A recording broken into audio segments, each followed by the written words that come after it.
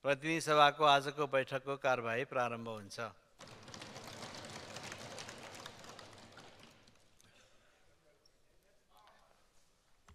मान्य सदस्यहरू सबै उठ्नु भएको छ।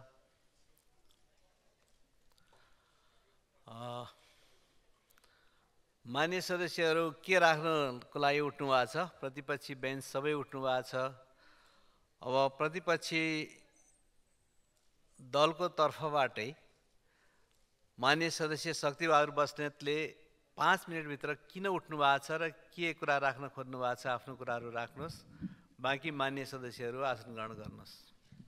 सम्मान्य सभामुख महोदय, परिवर्तित व्यवस्थाप्रति जनताका धेरै अपेक्षाहरूमा बढोत्तरी भएको छ। बदलिदो राजनीतिक परिस्थितिमा राष्ट्रिय हितका मुद्दाहरू थप गम्भीर र संवेदनशील बन्दै गइराखेका छन्। तर सरकार यी सबै विषयहरूप्रतिलाई व्यवस्था गरिराखेको छ र बेखबर जस्तै देखिन थालिराखेको छ। सभामुख महोदय, राज्यका महत्त्वपूर्ण अङ्ग र निकायहरूलाई आफ्नो नियन्त्रणमा लिएर सरकार सत्तावादको अभ्यास गर्न उद्यत भइराखेको छ। सरकार उसो त स्वार्थ समूहहरूको पृष्ठपोषण र बैशाखीमा निर्मित भएको कारणले स्वार्थ समूहहरूको बिचौलियाहरूको हित रक्षाको निम्ति आफूलाई समर्पित गर्नु सरकारको नियत र नियति बनिरहेको छ। सभामुख महोदय, लोकतन्त्रमा सङ्ख्या महत्त्वपूर्ण कुरा हो, तर सङ्ख्याका पहाडहरू जनचाहनाको सामु गर्ल्याम गुल्म ढलेका इतिहासहरू अनुभवहरू हाम्रो वरिपरि छन्। सरकारले यसतर्फ ध्यान दिइराखेको देखिँदैन। सरकार यसतर्फ पनि बेखबर जस्तो देखिराखेको छ। सभामुख महोदय, यति बेला सरकारले 2/3 सामर्थ्य एक राष्ट्र सेवकको मानमर्दन गर्न, अपमानित गर्न र एउटा निश्चित सार्वजनिक संस्थालाई तेजोवध गर्नको लागि आफ्नो सामर्थ्य प्रदर्शन गरिराखेको छ। सभामुख महोदय, स्पष्टीकरणको नौटङ्की विद्युत प्राधिकरणका प्रबन्ध निर्देशक कुलमान घिसिङलाई विभिन्न बहानामा स्पष्टीकरणको नौटङ्की रचेर आफ्नो गलत करतुतलाई छोप्ने दुष्प्रयत्न समेत सँगसँगै गरिराखेको छ। विद्युत प्राधिकरणको प्रबन्ध निर्देशक कुलमान घिसिङको बर्खास्ती, बक्यौता उठाउन नदिने, जलमाफियाहरूको स्वार्थ पुरा गर्ने, विद्युत प्राधिकरणलाई बिचौलियाहरूको हातमा सुम्पने, यिनै र यस्तै उद्देश्यहरूमा आधारित छ भन्ने कुरा आम जनताले राम्रोसँग चाहिँ बुझेको छ र आम जनता यो विषयमा स्पष्ट पनि छ। कहिलेकाहीँ लाग्छ सबैले आज एउटा प्रश्न गरिराखेका छन्, 4 महिनापछि स्वतः अवकाश प्राप्त गर्ने एकजना राष्ट्र सेवकमाथि यो हदको मानमर्दन सरकारले किन गर्यो? मान्छेले यो खोजिरहेको छ र सोचिरहेको छ। सायद सरकारलाई 4 महिना पर्खने धैर्यता छैन। सरकार आफ्नो औचित्य गुमाउँदै गइरहेको छ। जुन प्रयोजनको लागि सरकार बनेको दाबी गर्दै आइराखेको थियो, ती सबै औचित्यहरू नाकाम साबित हुँदै गइराखेका छन् र औचित्य साबित गर्न सकिरहेको छैन। सायद 4 महिना पनि टिक्न सकिन्छ भन्ने आत्मविश्वास गुमाएको कारणले होला 4 महिना अगावै सरकार विद्युत प्राधिकरणको प्रबन्ध निर्देशकलाई बर्खास्ती गर्ने निर्णयमा पुग्दछ। यहाँ गजबको कुरा सुनिरहेको छ। हुनुपर्ने थियो एउटा कुशल व्यवस्थापकलाई पुरस्कृत गर्ने, राम्रो काम गर्नेहरू पुरस्कृत हुन्छन् भन्ने एउटा सन्देश प्रवाह गर्नुपर्ने, सबै राष्ट्र सेवकहरूको मनोबल उच्च बनाउनु पर्ने र राष्ट्र निर्माणमा सबैलाई लाग्न उत्प्रेरित गर्नुपर्ने कुरा यसो थियो। तर सरकार उल्टै बाटो हिँडिराखेको छ। म केही दृष्टान्त राख्न चाहन्छु सभामुख महोदय। नेपालमा लोड सेडिङको अन्त 2072-73 पछि भयो। यहाँ भन्ने गरिएको छ लोड सेडिङको अन्त, सरकारका मन्त्रीले हाकाहाकी बनिरहनु भएको छ। लोड सेडिङको अन्त अमुक राष्ट्रको कारणले भयो, मित्र राष्ट्रको कारणले भयो। तथ्यहरूले भनिराखेका छन् 2072-73 सम्म भारतबाट आयात गर्ने बिजुली 34% हिस्सा थियो नेपालमा। तर कुलमान घिसिङलाई प्रबन्ध निर्देशक बनाएर ल्याएको अर्को वर्षमा हेर्दा केवल त्यो प्रतिशत 35 मात्र पुगेको छ। 34बाट 35% मात्र भएको छ। कुलमान घिसिङ नियुक्ति भएको 45 दिनभित्रमा काठमाडौँ र पोखरा लोड सेडिङ मुक्त भएको छ। सभामुख महोदय, अब यो कुरा दिनको घाम जत्तिकै छर्लङ्ग हुँदा हुँदै अनि लोड सेडिङको अन्त भारतको कारणले भएको हो, मित्र राष्ट्रको कारणले भएको हो, अरू कारणले भएको हो। यसो भनिरहनुको अर्थ के हो? यसो किन भनिरहेको छ सरकार? हामी जवाब खोजिरहेका छौँ सभामुख महोदय। यस सँगसँगै लोड सेडिङको अन्त्य त भयो। हाल 99% जनताले विद्युत पहुँच पाएका छन्। पहिले वर्षायाममा समेत भारतबाट विद्युत आयात गर्नुपर्ने अवस्था थियो। विगत 3 वर्षदेखि नेपालले भारतलाई विद्युत निर्यात गरिरहेको छ। 79-80मा विद्युत निर्यातबाट करिब 18 अरब आम्दानी भएको कुरा हामी सबैलाई थाहा छ। बङ्गलादेशलाई पनि विद्युत निर्यात सुरु गरिएको छ। सहज आपूर्तिका कारण नेपालमा विद्युत खपत 3 गुणा वृद्धि पनि भएको छ। 20 युनिटभन्दा कम विद्युत खपत गर्ने ग्राहकलाई निःशुल्क अथवा न्यूनतम दस्तुर 30 रुपियाँ मात्रामा करिब 22 लाख घरधुरीले यो सेवा प्राप्त गरिराखेका छन् र निःशुल्क सेवा प्राप्त गरिराखेका छन्। विद्युत उत्पादन वृद्धि 8 वर्षमा 4 गुणा हुन पुगेको छ। मान्य सदस्य संक्षिप्त गर्नु। त यी सबै यो विवरणहरू या लामो एउटा फेरिस्त छ। यो सबै विवरणहरू हेर्दा एक राष्ट्र सेवकलाई, कुशल व्यवस्थापकलाई पुरस्कृत गर्नुपर्ने हुन्थ्यो, सम्मानित गर्नुपर्ने हुन्थ्यो, ताकि अरू सबै राष्ट्र सेवकहरूको मनोबल उठोस्। तर फेरि पनि यहाँ अपमानितै गर्ने बाटो सरकारले रोज्यो। किन भन्दा सरकारले को आदेश पालना गरेन रे। कस्तो आदेश पालन भएन सभामुख महोदय? म यो प्रश्न गर्न चाहन्छु। हुकुमी आदेश, स्वेच्छाचारी आदेशको पालना हुकुमी शासनमा मात्र हुन्छ, लोकतन्त्रमा हुँदैन सभामुख महोदय। विद्युत बक्यौता नउठाउँ, विद्युत बक्यौता उठाउनको लागि लाइन काट्न हुँदैन भनेर दिने आदेश पालन गर्नु लोकतन्त्रमा के राष्ट्र सेवकको दायित्व हुन्छ? यो कर्तव्य पुरा गर्न बाध्य हुन्छ एक राष्ट्र सेवक। सम्माननीय प्रधानमन्त्रीजीले पनि कुनै बेला हुकुमी शासकहरूका आदेशहरू र फरमानहरूलाई व्यवस्था गरेर हिँड्नु भएको थियो। अनि उहाँले गर्ने तिनै आदेशहरू, त्यस्तै प्रकृतिका आदेशहरू पालना गर्नुपर्ने बाध्यता नथोपरियोस्, थोपर्न हुँदैन। त्यसकारण सभामुख महोदय, अब मैले अन्तमा यो सबै परिस्थितिमा यो जे बाटो सरकार हिँडिराखेको छ, राज्यका अङ्गहरूलाई, निकायहरूलाई कमजोर बनाउने, आफ्नो नियन्त्रणमा राख्ने, स्वेच्छाचारी ढङ्गले त्यसको चाहिँ दुरुपयोग गर्ने र सर्वसत्तावाद लागू गर्ने जुन बाटोमा सरकार हिँडिराखेको छ, हामी यसको सख्त प्रतिवाद गर्दछौँ र सख्त विरोध गर्दछौँ। सभामुख महोदय, अहिले पछिल्लो समयमा विद्युत प्राधिकरणका प्रबन्ध निर्देशकमाथि जुन प्रकारको हरकत सरकारले गर्यो, यो बारेमा आम नेपाली जनताले चासोका साथ हेरिराखेका छन्। प्रमुख प्रतिपक्षी एक जिम्मेवार राजनीतिक दल हुनुको नाताले, प्रतिपक्षी जिम्मेवार राजनीतिक दलहरू हुनुको नाताले जनताको यस प्रकारको चासोप्रति, जनताको यस प्रकारको सरकारप्रति हाम्रो गम्भीर ध्यानाकर्षण भएको छ र हामी चाहन्छौँ सरकार यस प्रकृतिको निर्णय फिर्ता ल्याओस् र त्यसको निम्ति प्रधानमन्त्रीजीले आएर संसदलाई यस बारेमा भएका समग्र कुराको जानकारी तत्काल गराउनु पर्दछ र प्रधानमन्त्रीजीले यो गम्भीर राष्ट्रिय सरोकारको विषय आज जे बनिराखेको छ, जनसरोकारको विषय बनिराखेको छ, यस बारेमा संसदलाई जानकारी नगराउँदासम्म संसद सुचारू हुन नसक्ने जानकारीमा प्रमुख प्रतिपक्षी दल लगायत प्रतिपक्षी दलको तर्फबाट गराउन चाहन्छु। धन्यवाद।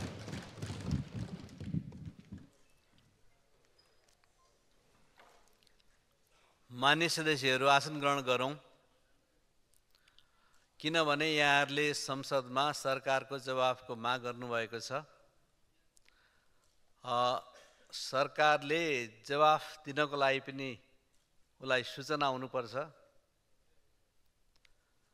उसले पनि समय माग्नु स्वाभाविक हुन पनि सक्छ। त्यसले गर्दा यहाँहरूले राख्नुभएको कुरा ध्यान आकृष्ट भएको छ। आसन ग्रहण गरेर सभाको कारबाहीलाई अगाडि बढाउनको लागि मान्यहरूले सहयोग गर्नुहोस्। म मान्यजीहरूलाई त्यो अनुरोध गर्दछु।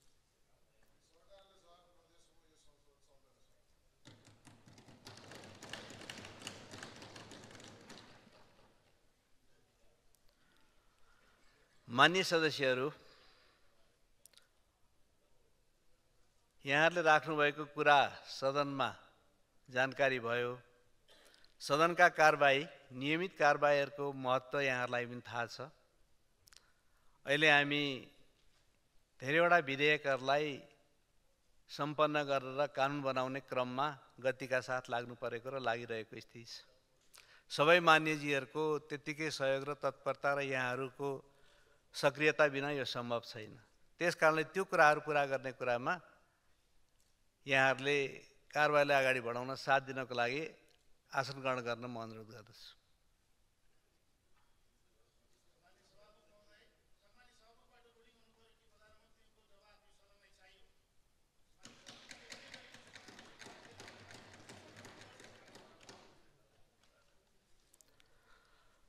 मान्य सदस्यहरू आसन ग्रहण गरौँ र आसन ग्रहण गरिसकेपछि बाँकी कारबाहीको बारेमा के गर्ने चित्त बुझ्ने नबुझ्ने त्यस पछाडिको कुराहरू आउँछ। त्यसैले मैले यहाँहरूलाई आसन ग्रहण गर्नको लागि अनुरोध गरेको छु।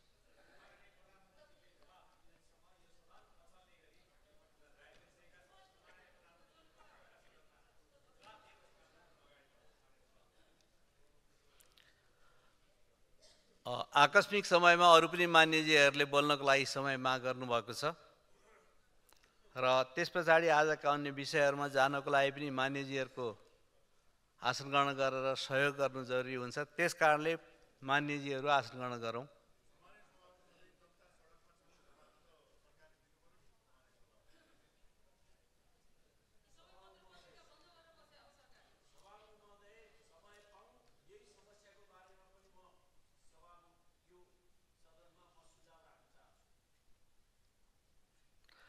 मान्य सदस्यहरू आसन ग्रहण गरेपछि सभा सुरु हुन्छ र समय दिने नदिने के विषयमा जाने त्यस पछाडि मात्रै यताबाट गर्ने वातावरण बन्छ। त्यस कारणले पहिलो कुरो त मान्यजीहरू आसन ग्रहण गरेर वातावरण बनाऊ।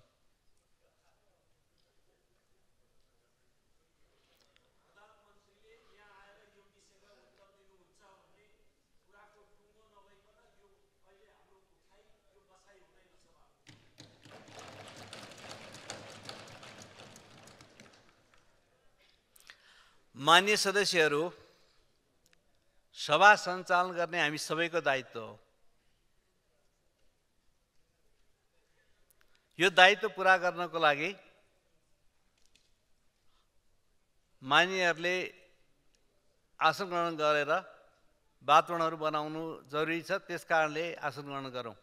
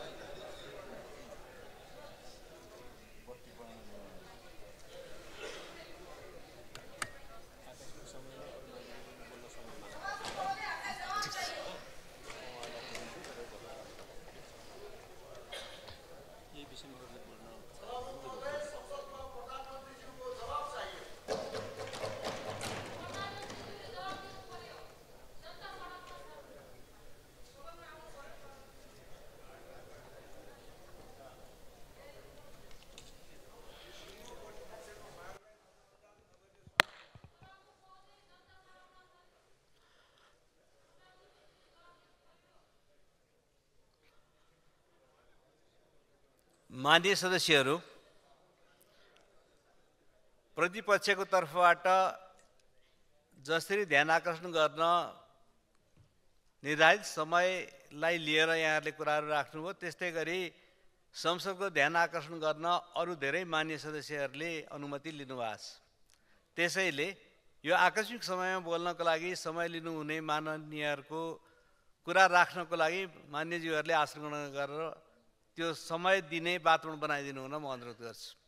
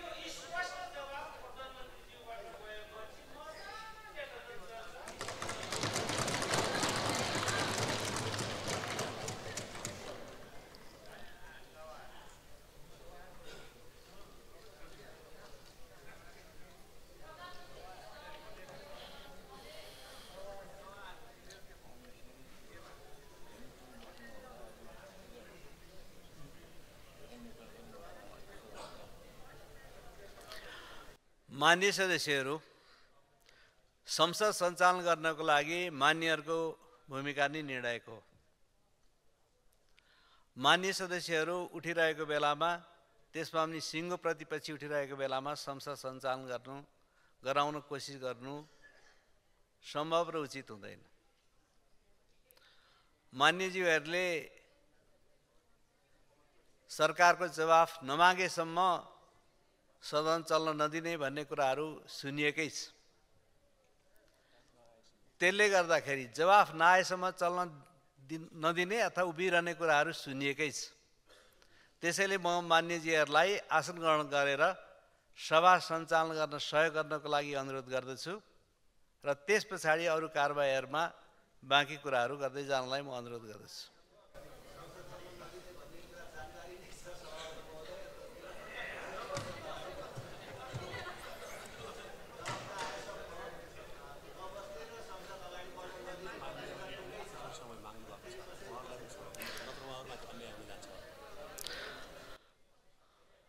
मान्य सदस्यहरू, मैले अघि पनि भने अरू पनि मान्य सदस्यहरूले आकस्मिक समयमा आफ्ना कुराहरू राख्न खोज्नु भएको छ।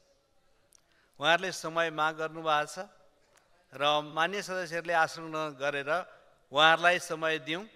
त्यस पछाडि उहाँहरूले बोलेपछि के गर्नुपर्ने भन्ने कुराहरू फेरि केही समस्या आयो भन्ने कुरा गरौँ। त्यसले गर्दा मान्य सदस्यहरूलाई आसन ग्रहण गरिदिनको लागि म अनुरोध गर्छु। यदि मान्य सदस्यहरूको मात्रै कुरा सुन्ने र अरूको कुराहरू नसुन्ने हो भने अरूलाई पनि त अन्याय पर्छ होला नि।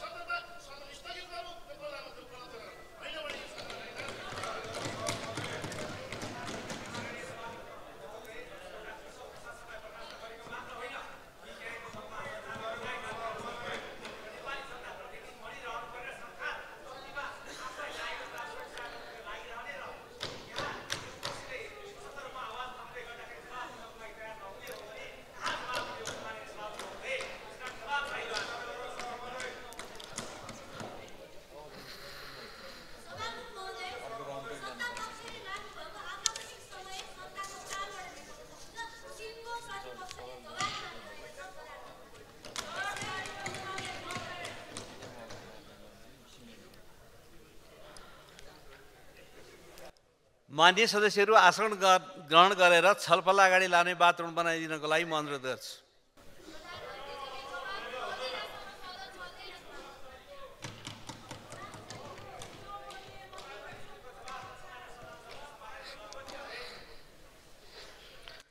मान्य सदस्यहरू, अब यो बैठक आजै आधा घण्टापछि बस्ने गरी स्थगित हुन्छ।